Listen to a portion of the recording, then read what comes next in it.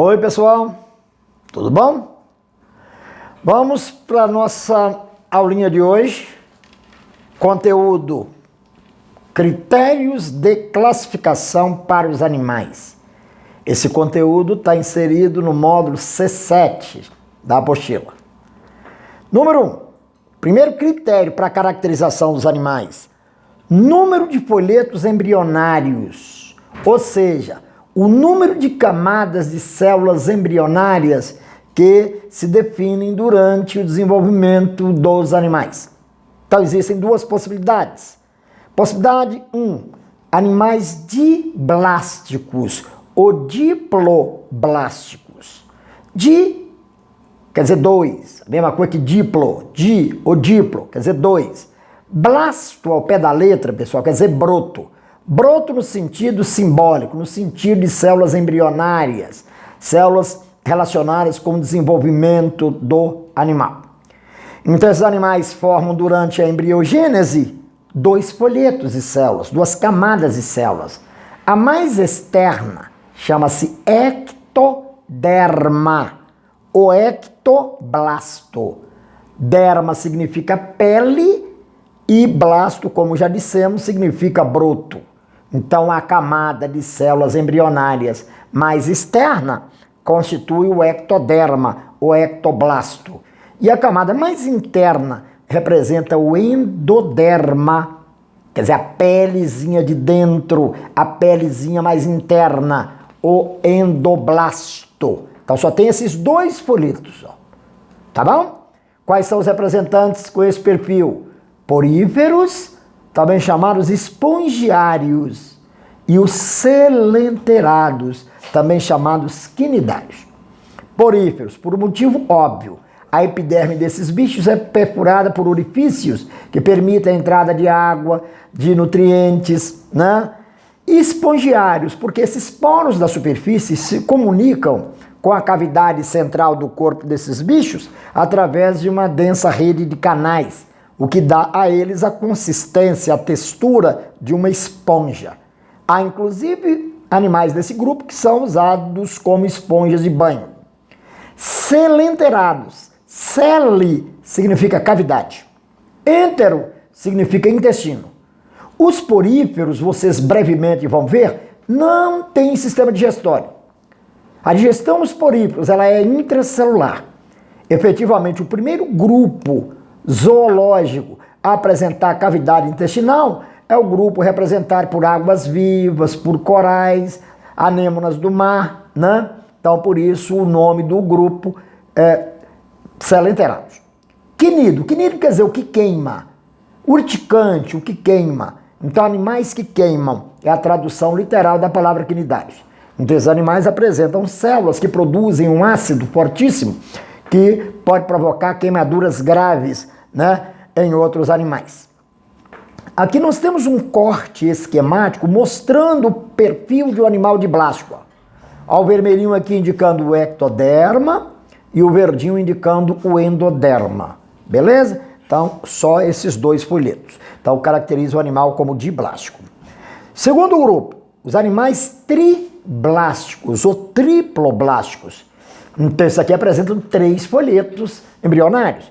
O ectoderma, também chamado ectoblasto, o mesoderma, meso é meio, é o folheto do meio. O mesoderma, também chamado mesoblasto, e o endoderma, também chamado endoblasto. Então, a maioria absoluta dos animais se enquadra nesse perfil. Vai de plateumintos até os cordados. Tá? Os cordados são os animais superiores, dentre os quais se inclui a própria espécie humana. Corte de um embrião de triblástico, para evidenciar os 3 folhetos: ectoderma, mesoderma, endoderma. Beleza? Então, descrevemos o primeiro critério usado na caracterização do mundo animal. Segundo critério, evolução do blastóporo, destino do blastóporo. Blastóporo, nós vamos ver numa figurinha daqui a pouco, é um poro que comunica o intestino primitivo do embrião com o meio externo. O intestino primitivo vai originar o tubo digestório do animal. Esse intestino primitivo, também chamado arquêntero. A palavra êntero sugere intestino, a palavra arqueo sugere primitivo.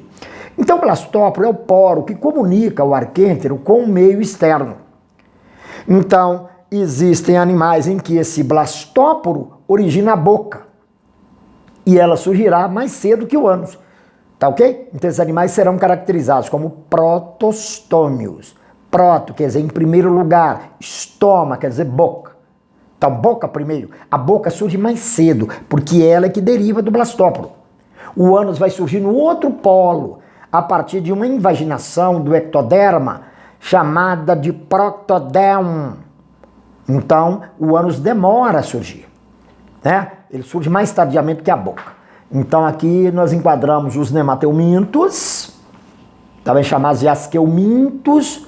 O nematóideos são os vermes filamentosos, né? Brevemente vamos estudá-los. A lombriga, o ascaris é o mais conhecido representante desse time aqui. Os moluscos, animais de corpo mole, tipo lesmas, lulas, caracóis, caramujos, polvos, né? Os anelídeos, tipo minhocas e mioxus, e os artrópodes, que são os únicos invertebrados que têm patas articuladas, né?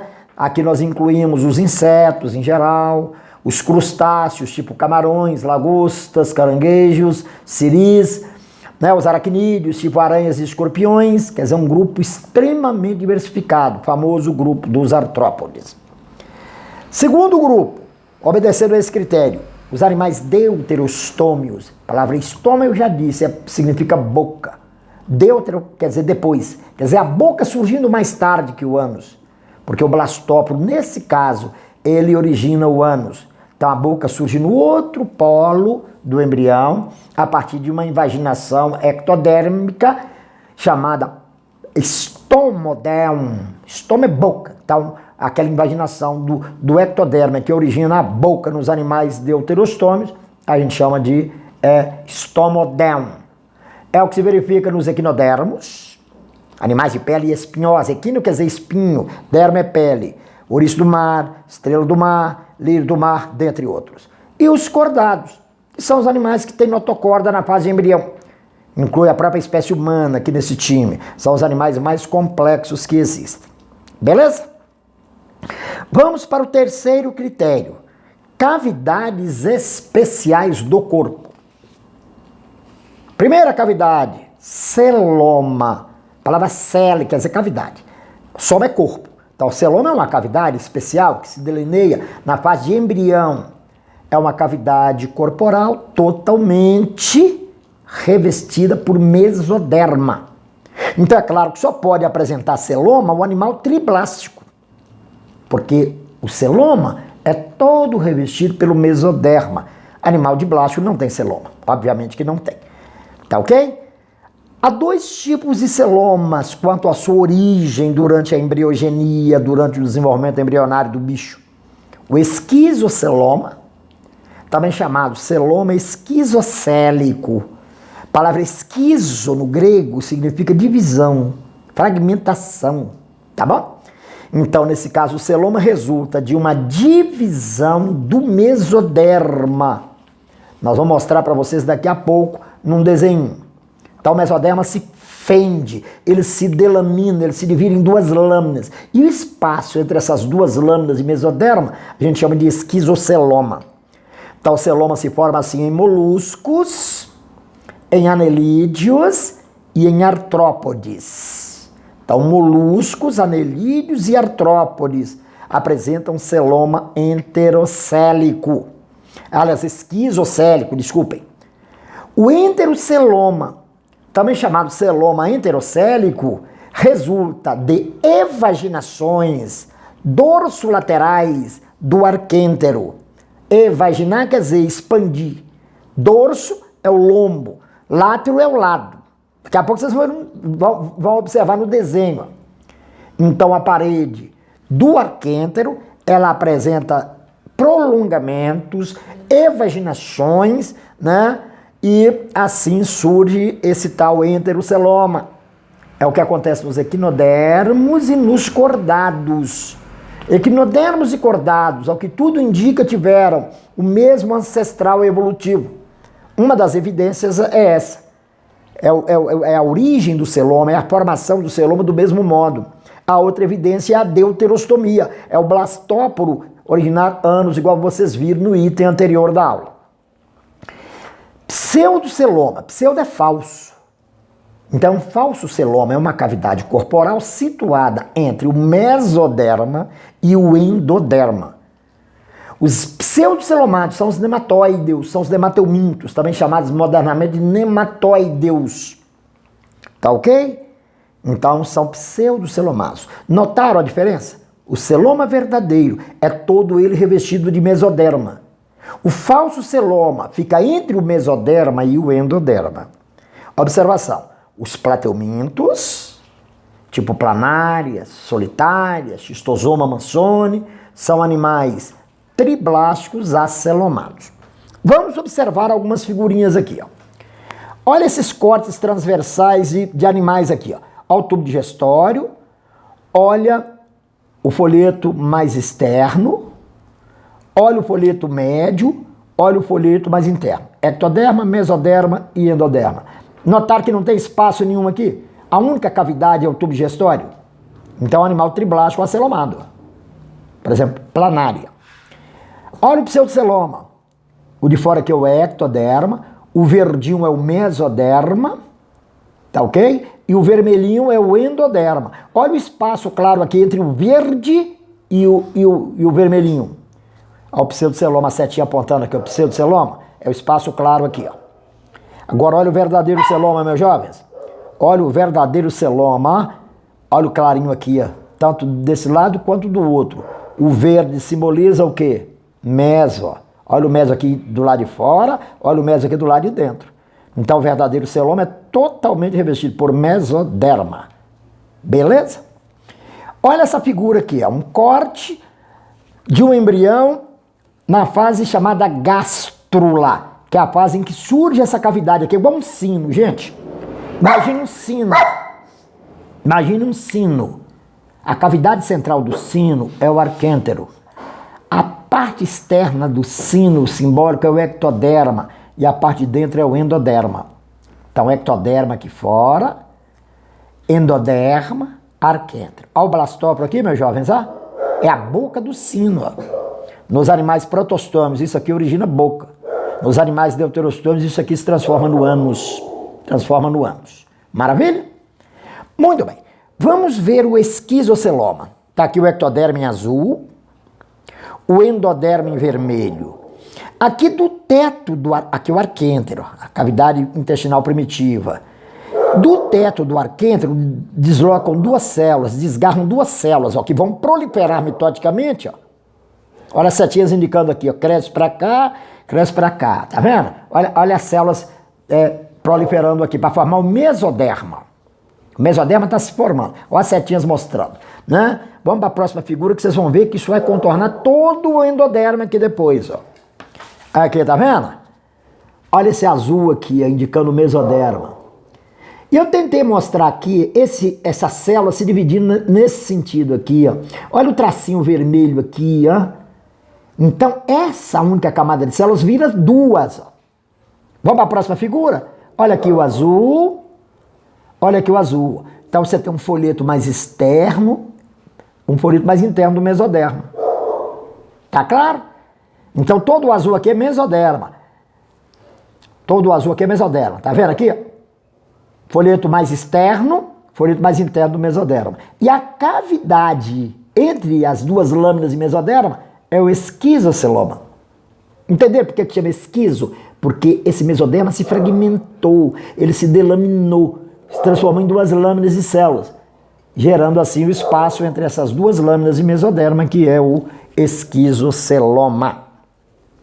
Agora vamos ver como é que surge o enteroceloma. Você tem aqui o embrião ainda diblástico, o azul aqui simboliza ectoderma, o laranja simboliza endoderma.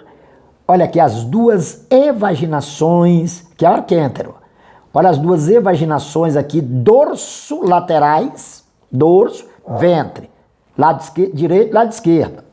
Então aqui você tem as evaginações do teto do arquêntero.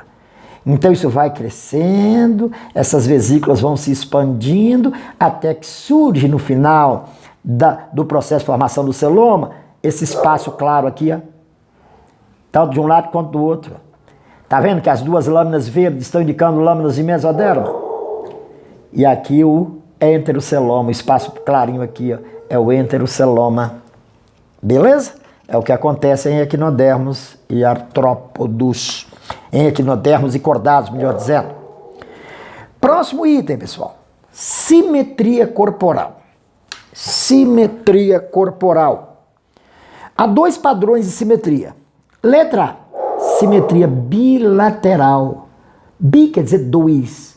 Láteros quer dizer lados. Quer dizer, só há simetria, só há semelhança, pelo menos na anatomia externa, entre as duas metades, esquerda e direita do corpo. Então só existe um plano de simetria, né? Então não são dois, meus jovens. São dois lados simétricos. Só há simetria entre a metade esquerda e a metade direita do corpo. É que nem no nosso caso. Há um olho direito, um olho esquerdo, um ouvido direito, um ouvido esquerdo, né? Nós temos braço direito, braço esquerdo, quer dizer, em termos de anatomia externa, há uma nítida simetria. Então nós apresentamos simetria bilateral. Tranquilo? Então não são dois planos de simetria, hein, gente? É um único plano de simetria. Acontece na maioria dos bichos. Plateumintos, nemateumintos, moluscos, anelídeos, artrópodes, equinodermos na fase larval. Equinodermos vocês têm que estar de olho, viu? Os embriões, as larvas têm simetria bilateral. Os adultos têm simetria radial, como vocês vão ver daqui a pouco. E nos cordados, inclusive na gente. Beleza? Simetria radial. Radial sugere vários planos, quer dizer, mais de um plano. Mais de um plano de simetria. Então, vários, tem que ser mais de um. Vários planos de simetria. É o que se verifica na maioria dos poríferos, porque alguns são assimétricos. Alguns poríferos têm a forma aí totalmente irregular, não apresentando semelhança entre quaisquer metades em que você divida o corpo do bicho. São animais assimétricos, mas a maioria tem simetria radial. E os celenterados todos e os equinodermos adultos todos. Olha o desenho aqui de um peixe, para mostrar a simetria bilateral. Ó. Esse plano sagital aqui, tá vendo? Esse aqui, ó, que divide o peixe nas metades esquerda e direita, é o único plano de simetria. Se você pegar o plano transversal, a cabeça de um lado e o resto do corpo, isso não tem simetria. Tá claro? E se você pegar esse plano aqui, ó, dividindo metade superior, metade inferior, não tem simetria. A única simetria é aquela determinada por esse plano imaginário aqui, ó, chamado plano sagital, que divide o corpo do peixe nas metades direita e esquerda. Agora, olha esse pólipo de celenterado, ó. Qualquer plano que passar pelo centro geométrico, que ele chamou aqui de eixo de simetria, qualquer plano que passar por esse eixo de simetria, ó, divide o corpo do bicho em duas metades semelhantes. Ó. Tranquilo? Uma estrela do mar. Você pode imaginar a estrela do mar, qualquer plano que passar pelo meio certinho do braço dela ali, ou no sentido do dorso e ventre dela, vai dividir em duas metades semelhantes. Ó. Ok? Então é isso. Então essa observação aqui, ó. Alguns poríferos são assimétricos. Quinto item, para fechar essa primeira aula sobre zoologia, essa introdução à zoologia. Segmentação corporal é o mesmo que metamerização. Então metamero quer dizer anel, segmento, tá ok? Então metamerização significa segmentação corporal. Ocorre nos anelídeos todos, minhocas, minhoxus, sanguessugas, são assim chamados porque tem o corpo formado por anéis. Acontece nos artrópodos todos, insetos em geral, escorpiões, aranhas, né, que são aracnídeos, não são insetos obviamente, né, camarão, lagosta, que são crustáceos, são todos animais segmentados. E no fílum dos cordados, os cordados mais complexos, que são chamados vertebrados, é a turma que tem coluna vertebral, a segmentação corporal é evidente. Por exemplo, a sua coluna vertebral ela é formada por vértebras. Cada vértebra é um segmento. As costelas, né? As costelas que representam o esqueleto da caixa torácica, é uma nível de segmentação, você tem lá as costelas, né? Você tem segmentação nos seus dedos, né? As peças esqueléticas dos seus dedos, do seu braço, né? Das suas pernas. Então, a segmentação nos vertebrados ela é de um padrão diferente do que se verifica, por exemplo, em uma minhoca. Observação.